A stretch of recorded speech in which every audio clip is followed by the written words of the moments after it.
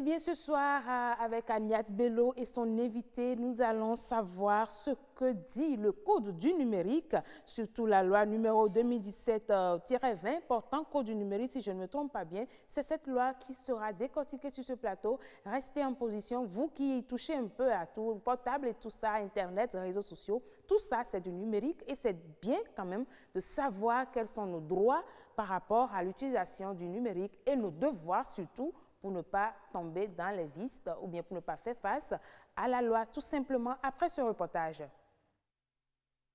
Un immense code, celui du numérique. Un paquet de 647 articles qui régissent le secteur du numérique, pose le contexte et fait évoluer le Bénin dans un cadre rassurant de l'utilisation du numérique. Un tel secteur, vous devez vous en douter, génère des intérêts, source potentielle de conflits et appelle tout court à être organisé. Et l'organisation, sous quelque forme que ce soit, se traduit par un cadre réglementaire et législatif. Il y a des principes fondamentaux sur lesquels ce code se fonde pour pouvoir apprêter le cyber-environnement, le cyberespace qui est cet espace dématérialisé et sans frontières.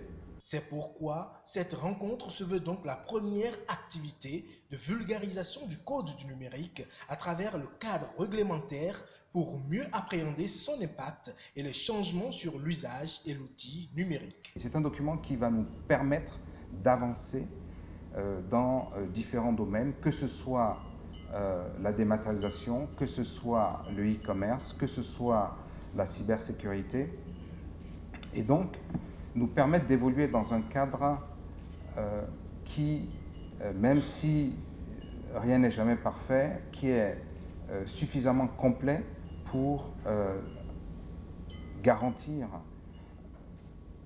une évolution du numérique, une maturité du numérique, un progrès de la maturité du numérique au Bénin qui est nécessaire pour notre développement. Ce que j'espère que nous allons voir aujourd'hui à travers les différents ateliers, c'est réellement comment parler de ce texte, comment diffuser les messages, comment utiliser ce texte de manière à ce que cette transformation que nous appelons de nos voeux se fasse dans les meilleures conditions pour le secteur du numérique, mais en fait pour l'ensemble des secteurs de notre vie et de nos activités. Avec le code du numérique, c'est la transformation de la société qui va inclure cette nouvelle composante dont l'impact est indéniable. Ce code a toujours été une source d'inspiration, une source de discussion diverses autour, je vais dire, de notre politique et de notre stratégie sectorielle. Ce code du numérique est important parce que cela hisse notre pays au rang de ces pays où la question de la prédictabilité du secteur ne se pose plus. C'est-à-dire qu'aujourd'hui, tout investisseur, toute entité ou structure qui a envie de venir embrasser l'un des secteurs de l'économie numérique, aussi bien dans le domaine des communications électroniques que dans le domaine, disons, des services innovants, eh bien, toutes ces structures, toutes ces entités savent à quoi s'en tenir. L'ambition est donc de porter loin le code du numérique, un engagement pris pour réduire les risques liés à l'utilisation du numérique au niveau de chaque citoyen. Mieux, le code entend instaurer un climat de confiance autour des usages du numérique. Merci beaucoup à vous, Uvaïus Balogun, pour ce reportage qui nous dit assez sur le code du numérique. Chers amis téléspectateurs, je parie que c'est très important de savoir ce qu'il faut mettre sur un réseau social ou ce qu'il faut quand même dire pour ne pas tomber dans la loi. Tout simplement. Agnès Bello, bonsoir. Bonsoir, Machek Betoro, mesdames et messieurs, bonsoir, nos meilleurs voeux pour l'année qui démarre. On vous souhaite beaucoup de bonheur et surtout beaucoup de plaisir à nos côtés. Et beaucoup de succès. Ouais, succès. Argent, hein, j'adore l'argent, donc je vous souhaite Beaucoup beaucoup d'argent. Non, s'il y a l'argent, on va manger, Machek Betoro. Tant que le monde agricole nous dit qu'il y a les produits au marché. Donc, c'est bon, on va manger, ne vous inquiétez pas. Et merci de nous aider aussi à ne pas tomber dans les Sous le histoires coup de la loi. sous le coup de la loi pour voir qu'est-ce qu'il faut. Parce que nous, on met tout sur statut. Même quand on mange, on met sur statut. Même quand on dort, on met sur statut. Mais on se rend compte qu'il y a des limites. C'est bien ça. Bonsoir, madame Sabibou Nambakatou. Bonsoir. Comment allez-vous? Je vais très bien, Vous allez merci. bien? Super bien. Merci de nous aider parce que c'est un vrai problème pour nous qui postons les photos un peu partout là. C'est mon plaisir. Voilà. Agnès Bello? Oui, ma chère Bétoro, vous avez déjà planté le décor. C'est la fête, évidemment. Tout ce qu'on a porté, tout ce qu'on a mangé, tout ce qu'on a vécu pendant ces périodes de fête, on est toujours tenté de l'exposer sur les réseaux sociaux. Qu'est-ce qu'on peut se permettre de mettre sur les réseaux? Qu'est-ce qu'on ne devrait pas du tout faire? Ça, c'est aussi d'abord une question personnelle, mais surtout, il ne faut pas oublier que le code du numérique est là pour réguler, pour qu'on sache véritablement qu'est-ce qu'on fait et qu'est-ce qu'on ne fait pas. Et pour en parler sur ce plateau, nous avons une experte du numérique. Il s'agit de Barkatou Sabiboun. Elle est experte du numérique, comme je l'ai dit. Bonsoir. Bonsoir. Merci d'être avec nous. Merci de me recevoir. Alors déjà, pour situer les téléspectateurs qui nous suivent, quand on parle d'utilisateurs du numérique, tous ceux qui sont concernés justement par ce code du numérique, de qui il s'agit? Alors, merci beaucoup. Lorsqu'on parle d'utilisateurs du numérique, c'est vous et moi, c'est quasiment 9,5 millions de Béninois qui ont un abonnement téléphonique et donc quasiment la moitié a une connexion Internet au bout. Donc, c'est tous ces utilisateurs-là qui sollicitent ou qui utilisent donc les outils de la communication électronique, que ce soit la téléphonie comme Internet et les objets connectés et tout ce qu'il y a autour donc, de ces technologies-là. Les objets connectés, on aura l'occasion de revenir sur un autre plateau pour en parler parce qu'aujourd'hui, c'est toute une autre dynamique. Mais avant, j'aimerais comprendre, est-ce qu'il y a un préalable pour être utilisateur du numérique? Oui, comme toute technologie, comme tout ce que nous avons à utiliser, lorsque nous achetons par exemple un frigo, il y a un manuel d'utilisation et tout ça. Effectivement, pour une utilisation optimale donc des outils du numérique, il y a des préalables si on a envie vraiment de bien les utiliser. Et étant donné que c'est également un secteur où la cybermalveillance est très présente, mais également où la réglementation, la législation est de plus en plus renforcée, il est important pour l'utilisateur de connaître un minimum de choses pour d'abord lui-même assurer sa sécurité, donc dans ces différents espaces qui lui sont offerts, mais également éviter de tomber dans les travers de la loi, comme nous l'avons dit tantôt. D'accord, quand on parle des travers de la loi, on aura l'occasion de revenir dessus.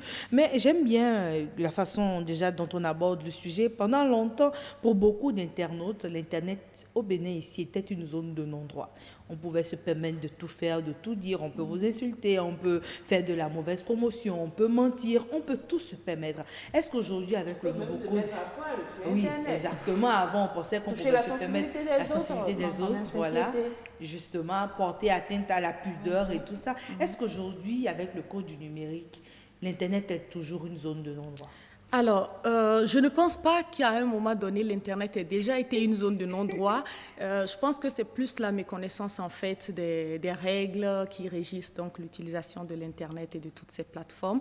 Et depuis, déjà avant le Code du numérique, le Bénin avait un certain nombre de lois, de tests, en fait, mais de façon éparse qui régulent le secteur. Mais le Code du numérique a eu le mérite d'agréger tout cela et d'embrasser l'ensemble des différents usages qu'on peut avoir sur le numérique, qu'on a à travers les outils du numérique, a été plus détaillé et a couvert un plus large éventail donc, de ces usages-là. Et donc, ce code du numérique à travers donc, les différents livres, régit la plupart des usages présents et futurs que nous pouvons avoir dans notre pays par rapport à ces tests-là. D'accord. Oui. Donc pour vous, peu importe au niveau de quel secteur vous êtes impacté, le code vous prend en compte. Exactement. Que vous soyez un simple utilisateur allant sur les réseaux sociaux où il y a un minimum d'informations que vous devez connaître. Déjà, ces différentes plateformes auxquelles nous accédons ont souvent des conditions générales d'utilisation. Qu'on ne lit jamais. On ne lit jamais. C'est trop long. Exactement. On clique juste... lui est approuvé ou j'accepte, voilà, et on continue d'utiliser, alors que ces plateformes donc, ont ces conditions d'utilisation. Et lorsque l'utilisateur enfreint déjà ces conditions d'utilisation, il s'expose, notamment par exemple pour les données personnelles qu'il qu'il entre. Une plateforme peut vous dire, est-ce que vous m'autorisez à partager vos données avec ceux qui ont des plateformes comme les miens, mais puisque vous n'avez pas lu, et donc vous avez peut-être donné votre consentement sans vous en rendre compte, et cela peut vous être préjudiciable à l'avenir. Oui, il y a un aspect qui m'intéresse particulièrement, c'est la protection des données personnelles. Aujourd'hui, ce n'est pas que nos données que nous partageons aussi les données des autres, et nous avons une réglementation en la matière aujourd'hui. Qu'est-ce qui est fait concrètement? Qu'est-ce qu'on peut se permettre de partager sur Internet aujourd'hui ou sur les réseaux sociaux en termes de données? Je vais piquer le statut de Agnat parce que j'ai la facilité d'aller piquer son statut sans qu'elle ne le sache. Est-ce que je peux piquer, poster encore? Et sorti de ce contexte, vous connaissez la fameuse phrase, sorti de ce contexte, le statut. Tranquillement. Alors, ce qu'il faut dire, c'est que déjà, lorsqu'on parle de données à caractère personnel, c'est des données en fait qui sont relatives à une personne physique qu'on peut identifier, qui est identifiée ou qu'on peut identifier. Donc, son nom, son prénom, ou sa situation géographique, les données géographiques, sa profession. Même son numéro de téléphone. Exactement, son numéro de téléphone. Donc, toutes ces informations, et même ses empreintes biométriques et autres. Donc, c'est toutes ces informations que le Code du numérique a appelées informations données à caractère personnel. Donc, ces informations, le livre 5e a légiféré entièrement et a encadré cette activité, dans ce sens que les personnes qui sont autorisées donc, à collecter ces données, les personnes qui sont autorisées à les traiter, à les manipuler ou à les diffuser, doivent être connues parce que nous avons une autorité qui s'en occupe, l'autorité de protection des données personnelles, qui s'en occupe, qui donne les autorisations et qui est capable même de poursuivre en justice justement les personnes qui collectent ou traitent de façon illégale les informations des personnes physiques sur ces plateformes numériques. Oui, vous avez une question? La NAC surtout, parce qu'il suffit d'aller juste prendre votre nom et puis les personnes mal intentionnées peuvent utiliser votre nom, votre numéro pour et votre image. Voilà. Donc tout cela est régulé et il est important en fait pour les utilisateurs que nous sommes d'être avisés. C'est-à-dire en partageant nos données, en allant sur les plateformes, qu'on s'assure en fait déjà qu'on a une bonne connaissance de ce que nos informations peuvent être utilisées à d'autres fins et donc de savoir ce que nous allons partager, de sécuriser nos accès, que ce soit les emails et que ce soit tous nos comptes. J'aimerais qu'on ne va pas peut-être traîner dessus, mais on ne peut pas parler justement de protection de données personnelles. 2019 a connu beaucoup d'amalgames et beaucoup de buzz en ce qui concerne des photos intimes qui auraient été partagées sur le net aujourd'hui. Est-ce que le code, d'une façon ou d'une autre, protège ces personnes-là qui sont victimes justement de ce buzz négatif-là, du fait que quelqu'un avec qui vous avez peut-être échangé des photos... Le cas à Sarah, non, on va surtout pas appeler de nom. On va surtout pas appeler de nom. C'est un exemple parmi tant d'autres. Oui, parce que quand je parlais de données à caractère personnel, c'est aussi nos images. C'est aussi, en fait, même une partie de mon visage qu'on prend et qu'on exploite à une fin différente de ce pourquoi moi j'ai utilisé cette information. Donc, sortie de son contexte, j'ai la possibilité donc d'attaquer cette personne-là en justice pour ce qu'elle a utilisé mon image sans mon consentement préalable ou de l'avoir détournée à d'autres fins que ce pourquoi moi j'ai utilisé cette image-là sur les réseaux sociaux. Et donc, en ce sens, j'ai la possibilité, si c'est une image, par exemple, que j'ai transmis à un opérateur téléphonique dans le cadre d'un recensement, je peux me plaindre auprès de l'autorité de protection en disant attention, j'ai donné cette image à telle personne dans le cadre de ceci, mais je l'ai retrouvée ailleurs dans tel autre usage et donc je ne suis pas d'accord et donc je peux obtenir dommages et réparations. Mais ce qui est important, c'est que nous-mêmes, parce que les réparations viennent a posteriori et souvent le dommage est déjà créé et la réparation n'est pas à la hauteur du dommage qui est causé. Donc il est important que nous soyons Oui, 30 secondes, il y a un aspect, aujourd'hui on le fait tous, partager les photos de nos enfants aujourd'hui sur Internet et on me racontait qu'il y a eu un État aux États-Unis où un enfant a porté plainte contre son père justement pour avoir partagé ses photos d'enfance parce qu'il a eu l'impression que cette photo le dévalorise. Oui, tout à fait. En fait, ce n'est pas prudent. J'ai dit tantôt, nous sommes dans un cyber malveillant où ces images-là peuvent devenir virales, peuvent nuire à nos enfants, peuvent nuire à leur réputation, nous-mêmes à notre réputation. Donc, il est important que nous protégeons nos enfants au lieu de les exposer dans ces espaces dont nous ne maîtrisons pas forcément tous les contrôles. J'aurais bien aimé qu'on revienne sur ce que dit concrètement la loi en la matière, parce que je peux prendre mon statut, ou bien quelqu'un prend mon statut, et puis bon, je peux me retrouver devant la loi, devant les tribunaux, devant un juge. Vous voulez qu'on revienne sur les sanctions? Oui. D'accord, ma chère, maintenant, on aura notre place sur les sanctions. Même si Jennifer me fait de grands signes, je pense qu'on va revenir sur les sanctions. Promis. C'est promis. On va revenir sur les sanctions. Voilà, c'est une promesse de Madame Barkatou Sabibou. Merci beaucoup d'être avec nous. C'est moi qui vous n'avez pas souhaité les meilleurs vœux, hein? Non, pas encore. Vous voulez quoi pour la nouvelle année? La santé et beaucoup de santé.